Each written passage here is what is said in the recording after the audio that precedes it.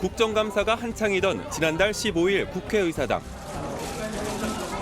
유명 K-팝 그룹 뉴진스의 멤버인 한이팜 씨가 나타났습니다. 국내 최대 엔터테인먼트 업체인 하이브에서의 따돌림 의혹에 대해 증언하기 위해서였습니다. 제가 말 안 해도 팬분들이 제 마음 잘 아시니까 굳이 말할 필요 없습니다. 출입문엔 팬과 취재진이 몰렸습니다. 심지어 환노위 소속이 아닌 최민희 과방위원장이 사진을 찍는 모습도 포착됐습니다. 뭐 가서 사진 찍고 그러는 건 이해가 되는데, 알았어요. 시간 보내. 지금 무슨 얘기예요? 근데 오후 회의가 열리기 직전 환노위 국감장. 증인석에 앉은 한 남성이 미소를 지으며 한희 씨와 사진을 찍습니다. 조선업체인 하나오션 거제 사업장의 정인섭 사장입니다. 거제 사업장에선 올해에만 5명의 노동자가 숨졌습니다. 정 사장이 증인으로 나온 이유도 이 때문이었습니다. 저게 하나오션의 민낯이구나. 그러니까 하나오션 경영자들은 노동자의 죽음에 대해서 저런 태도를 갖고 있구나. 그러니까 매우 참담했죠. 다음으로 여전히 외면받고 있는 노동 현장의 목소리를 들어보겠습니다. 임상재 기자가 나와 있습니다. 방금 본 영상, 국회에서 환노위 국정감사가 열리던 날에 포착된 모습들이죠. 네, 아이돌 따돌림 의혹 외에도 여러 노동 문제가 다뤄졌어야 하는 국정감사였는데요. 이날 주목받지 못했던 문제는 무엇이었는지 취재했습니다. 정인섭 사장은 한희 씨의 긴장을 풀어주려는 행동이었다고 해명했습니다. 네. 한이가 굉장히 긴장을 하고 있었습니다. 질타가 쏟아졌습니다. 지금 좋은 일로 오신 게 아니잖아요. 그 왜 웃으면서 셀카를 찍고 그럽니까? 그 점은 앉으세요. 질의한 게 아닙니다. 하나오션 거제 사업장에선 지난 1월 폭발 사고로 20대 노동자가 숨졌습니다. 같은 달 잠수 작업을 하던 30대 노동자도 목숨을 잃었고 9월엔 컨테이너 선에서 작업 중이던 40대 노동자가 32m 아래로 추락해 사망했습니다. 이외에도 온열 질환이 원인으로 의심되는 사망과 원인 불명 익사 등 올해 들어서만 5건의 사망 사고가 발생했습니다. 모두 하청 노동자였습니다. 노동안전보건 조치들 결국은 원청이 책임지고 할 수밖에 없는 구조 맞습니까? 기본적으로는 그 안전에 대한 안전 관리 책임은 협력사가 가지고 있습니다. 그날 저녁 하나오션은 당사 임원의 적절하지 못한 행동에 대해 국민, 국회 그리고 유가족 여러분께 깊이 사과드린다고 밝혔습니다. 이날 환노위 국감에 증인으로 출석한 기업체 소속 일반 증인은 4명. 하나오션 정 사장 외에 지난 2월 철제 구조물을 옮기던 60대 하청 노동자가 목숨을 잃은 HD 현대중공업의 이상균 대표, 기본협약 미체결, 노조위원장 해고 등 노조 탄압 의혹을 받고 있는 레미콘 업계 1위 유진기업 최재호 부사장, 그리고 아이돌 멤버 따돌림 의혹이 불거진 하이브의 김주영 최고 인사 책임자가 출석했습니다. 스트레이트는 이들 기업 4곳에 대한 질의 시간을 분석했습니다. 실질적인 질의응답이 이뤄진 시간은 약 2시간. 절반인 1시간은 하이브와 뉴진스 사이의 따돌림 의혹에 할애됐습니다. 이 자리에 계신 환노위 의원실에 가수 뉴진스 멤버들에 대한 직장 내 괴롭힘을 조사해달라는 국민들의 많은 요청이 있었습니다. 다른 선배님이든 뭐 후배들이든 저와 같은 동기분들이든 뭐 지금 계신 연습생들도 이 일 당하지 않았으면 좋겠다는 마음으로 나왔습니다. 하이브 측을 증인으로 부른 의원은 1명인데 질의에 나선 의원은 6명이었습니다. 그렇지만 연예인의 경우 근로기준법 보호 대상이 아니다 보니 결국 형식적인 답변을 듣는 데 그칠 수밖에 없었습니다. 저도 너무너무 안타깝게 생각합니다. 위원님 지적해 주신 것처럼 앞으로 더 세심하게 살피고 개선해 나가도록 하겠습니다. 하나오션 사망 사고와 관련된 질의응답에 소요된 시간은 47분. 사안과 무관해 보이는 질문과 답변도 오갔습니다. 대표님, 오션 요즘 수주가 많이 들어왔습니까? 예, 뭐 수주는 꾸준히 하고 있습니다. 이어 HD 현대중공업과 유진기업에 대해선 각각 의원 1명이 7분씩 질의를 한 게 전부였습니다. 현대중공업은 하청 노동자 비율이 60% 정도 되고 그리고 이주 노동자 비율도 한 15% 정도 되고 있는데 맞죠? 예, 맞습니다. 네. 노조 인정 상대로 각종 소송을 취하하고 은직으로 복직하는. 예, 제가 결정할 사항은 그럼 사실은 우리가 다뤄야 될 중대재해나 노사관계나 임금체불 문제 등에 대해서는 충분한 시간을 할애하지 못했다. 국회에서 그러면 예술인 프리랜서를 개정하기 위한 한입법을 논의했다면 의미가 있는데 이런 것도 이루어지지 않고 있고 과연 이번 국정감사 때 한의의 직장 내 괴롭힘 따돌림을 다룬 이유는 뭔가? 뉴스 빅데이터 분석 서비스 빅카인즈를 기준으로 이날 국감과 관련해 한의 씨나 하이브가 등장한 기사는 473건에 달했습니다.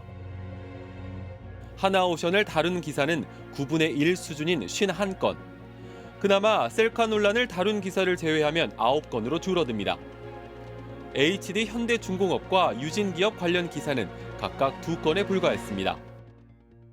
환노위에서 다루었어야 마땅한 정말 중대재해라든가 노동과 관련된 핵심적인 이슈 이런 것들을 제대로 짚어주는 보도가 나왔어야 되는데 돌발 행동에 초점을 맞춘 보도들이 대부분이었다라는 것은 환노위 국정감사 자체를 그냥 스캔들로 만들어버리는 그런 보도여서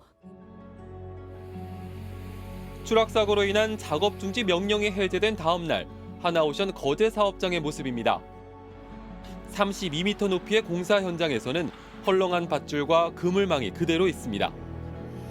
현장 노동자들은 여전히 안전난간이 무용지물이라고 말합니다. 그렇게 노동자들이 일할 때 사람이 죽는 사고가 났음에도 현장이 바뀌지 않는 거죠. 그럼 노동자들은 포기하거나 절망하게 되는 그렇게 되지 않겠습니까? 하나오션은 추락사고 당시에도 관련법 기준에 따라 안전시설을 갖추었고 사고 이후에는 시설을 개선했다고 설명합니다. 또한 안전한 노동 환경을 조성하는 데 3년간 약 2조 원을 투자하겠다고 밝혔습니다. 지난달 10일 환노위의 또 다른 국정감사. 쿠팡의 물류를 담당하는 쿠팡 풀필먼트 서비스의 정종철 대표와 배송을 담당하는 쿠팡 CLS 홍용준 대표가 출석했습니다. 이들은 잇따른 사망사고에 대해 사과했습니다. 이 자리를 빌어서 쿠팡과 관련된 업무를 하시다가 돌아가신 고인과 유가족분께 진심으로 애도의 말씀과 함께 죄송하다는 말씀 드리고 싶습니다. 하지만 정작 유족들은 직접 사과를 들은 적이 없습니다. 쿠팡 측은 유가족분께 만나 뵙기를 요청드렸고 답변을 기다리는 중이라고 했습니다. 쿠팡이 전혀 변하지 않고 있고 그보다 더 놀라운 것은 국가나 정부 기관이 아무것도 제어를 않고 있다. 그러면은 국민은 어떻게 해야 되냐? 국가가 지켜주지 않으면 국민은 어떻게 하냐? 용기를 내서 열악한 노동 환경 같은 회사 내 문제를 외부에 알렸다가 불이익을 당하는 노동자들도 적지 않잖아요. 내부 고발, 사실 쉽지 않은 결심입니다. 그만큼 절박했다는 뜻이기도 할 텐데요. 내부 고발에 나섰다가 어려움을 겪고 있는 노동자들을 만나봤습니다. 지난 2월 MBC의 보도로 불거진 쿠팡의 블랙리스트 의혹. 각종 암호로 표기된 이 파일엔 쿠팡이 채용을 기피하는 사람들의 명단이 빼곡히 기록돼 있었습니다. 쿠팡 직원이었던 김준호 씨의 제보로 무려 16,000명에 달하는 명단의 존재가 드러났습니다. 근로기준법은 취업을 방해할 목적으로 명부를 작성하는 걸 금지하고 있습니다. 자기 마음에 안 들면 블랙리스트 올리거나 아니면 회사 잘못인데도 그 사유로 블랙리스트에 올리거나 아니면 고용노동부 신고했다고 블랙리스트 올리거나 이런 경우가 허다하기 때문에 그거는 진짜 노동자의 권리를 침해하는 행동이다라고 생각을 했습니다. 그러나 쿠팡 측은 보도를 한 MBC 기자들과 제보자 김 씨를 형사 고소했습니다. 김 씨 등이 회사 인사자료뿐만 아니라 최첨단 자동화 장비 도면 등 수십 건의 영업비밀 자료를 무단 반출해 해외 유출이 우려되는 상황이라 고소를 했다는 입장입니다. 경찰은 지난 7월 김 씨의 노트북과 휴대전화를 압수했습니다. 제일 핵심적인 게 지금 블랙리스트 때문에 이 사태가 벌어진 건데 왜 그 블랙리스트에 해당되는 PNG 리스트는 왜 빠져 있어요? 네, 일단 여기 이 사건이 고소 사건이에요. 쿠팡 노동조합과 시민단체는 근로기준법 위반과 부당 노동행위 혐의로 쿠팡을 형사 고발했습니다. 고용노동부에 특별 근로감독도 촉구했습니다. 특별 근로감독 즉각 실시하라. 실시하라. 그러나 아직 쿠팡에 대해 강제 수사에 착수했다거나 특별 근로감독에 들어갔다는 소식은 전해지지 않고 있습니다. 압수수색 한 번도 없다가 공익제보자 상대로만 압수수색을 한다? 이건 누가 봐도 편파수사고 우리나라 노동부건 경찰이건 피해자에 대한 기관이 아니고 오히려 가해자를 위한 기관이다라는 생각이 들고요. 지난 5월 경기 성남에 소재한 전자업체 노조가 1988년 이후 처음으로 파업을 하고 단체 행동에 나섰지만 개선되지 않는 상황에 대해 스트레이트에 제보했습니다. 사측은 노조 전임자들에게 원래 했던 설비 정비 업무가 아닌 청소 같은 다른 일을 맡겼습니다. 사측은 통상적인 업무 재배치일 뿐 노조에 대한 차별이나 탄압은 없다고 반박했습니다. 그런데 보도가 나간 후 사측은 8초 분량의 영상에 기계 설비가 찍혀 영업 비밀이 노출됐다는 논리로 노조 간부들을 경찰에 고소했습니다. 노조 위원장에게 정직 3개월, 사무국장에게 정직 2개월의 중징계를 내렸습니다. 마지막에 그 재심 하는 자리에서도 물어보더라고요. 다음에 또 이런 일이 있으면 위원장으로서 어떻게 행동을 할 거냐. 다음에도 이런 경우가 또 발생이 되고 회사에서 바뀌지 않고 계속 이런 식으로 조합을 탄압하는 식으로 나온다 그러면 다음에도 또 인터뷰에 응할 거고 적극적으로 알릴 거다 외부에 그렇게 얘기를 했습니다. 이에 대해 사측은 징계와 고소는 회사 시설물 촬영과 외부 유포 행위를 금지하고 있는 취업 및 복무 규칙을 위반해 이뤄진 것이라는 입장을 밝혔습니다. 그러면서 규칙 위반 행위에 대한 조치를 두고 노조 활동 위축 의도라고 의문을 품는 이유와 구체적인 사례를 밝혀달라고 했습니다. 노조 간부들이 낸 부당정직 구제 신청에 대해 최근 경기지방노동위원회는 정직 조치가 부당하다는 판정을 내렸습니다. 같은 날 방송에서 한 아파트 공사 현장의 안전 불감증 문제를 지적했던 2명의 건설 노동자들.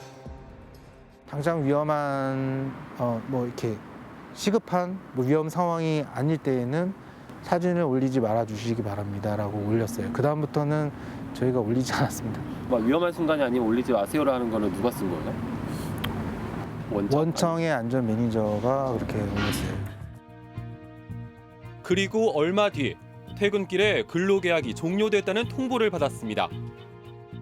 내일부터 출근 안 하셔도 됩니다라고 통보를 했습니다. 문자로 연락을 받았습니다. 근로계약이 종료됐다고 그렇게만 왔습니다. 통상 공사 현장에선 3개월 계약을 기본으로 공사가 끝날 때까지 한 달씩 자연스럽게 계약이 연장되는데 이번엔 그렇지 않았습니다.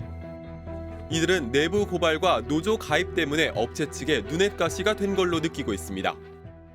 다른 분들은 3개월을 다 자연스럽게 넘어서 다 지금도 근로하고 계시고요. 그럼 이제 두 분이 계약이 종료가 되면서 네.